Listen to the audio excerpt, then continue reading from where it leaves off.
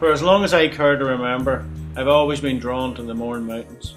My earliest memory of these inspiring peaks was from my childhood home in Downpatrick. At the tender age of 8, we moved from the parish of Rahult.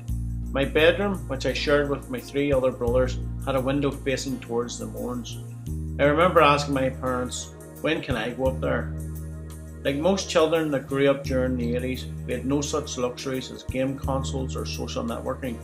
We did it old school by venturing over the fields, eating the berries off the hedges as we went, building huts and trees and seeking adventure in any place we could find it. Sundays were always awaited with great anticipation, as these were the days we got to go out and explore further in such places as Tullymore Forest Park or Kilbrony.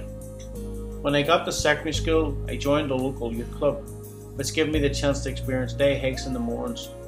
With my first walk being along that track and up to Wan, the memory of this walk is still as fresh today as it was all those years ago. In my teens, I joined the Duke of Edinburgh Award, which had me wild camping, navigating and exploring more than I ever did. So why do we climb these mountains? Why do we put ourselves through the physical endurance? I reckon Mallory summed it up better than most, because it's there. Or a more recent quote, probably my favourite: the dirtier the boots, the cleaner the mind. On a recent camp in Anlong Valley with a hiking pal, we set our alarm for 5 AM. Leaving our warm tents, we hiked up the Carricklettle track and onto the rocky outcrop of Percy Blythe. Watching the sunrise in the Irish Sea, I was well reminded of why I hike these hills.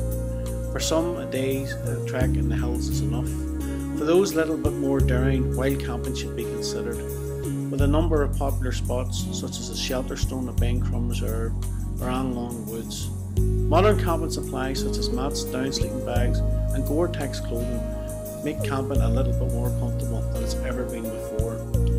There's a real sense of freedom while camping, whether it's on a summit or in the woods. If you've never experienced the crackling and sizzling of bacon on your frying pan, then you don't know what you're missing. The Mournes are abundance in wildlife, from the cawing of the ravens to the exclusive mountain hare. On more than one occasion, I've managed to capture one of our native lizards, which can be found basking in the heat of the sun. These hills are steeped in history. Ruined stonemason huts can be found scattered amongst the mountains, with echoes of lives past. Not forgetting the Brandy Pad, which was a well-known smuggling trail across these hills. The famous Mourne Wall is a testimony to the men that built it. 22 miles of granite, with the only cement used on the 3 summit towers. The wall marks the territory of the Belfast Water Commission and was built between 1904 and 1922. Thankfully, modern filtration means that the lands are open now to man and beast alike. Common plants that can be found in the Mournes are butterworth and devil matchstick, not forgetting the purple blanket of heather, which are now such a familiar sight. My favourite Mourne mountain has to be Slieve Pinion. The very first time I set eyes on it as a teenager, I wanted to reach its lofty summit. Crowned with rock formations with enchanting names like the Back Castle, the North Tower and Buzzard's Roost. It's no wonder C.S. Lewis was inspired to pen the Narnia Chronicles. In 1947, a tunnel was dug nearly 2.5 miles through Pinion to allow water to be drawn from Anlong Valley, where the new Silent Valley Reserve was, which provided much needed drinking water to the ever-increasing city of Belfast. In recent years now, I've been working on improving my navigation skills, by firstly learning how to read a map, then progressing on to using a compass, something I now practice whenever I can.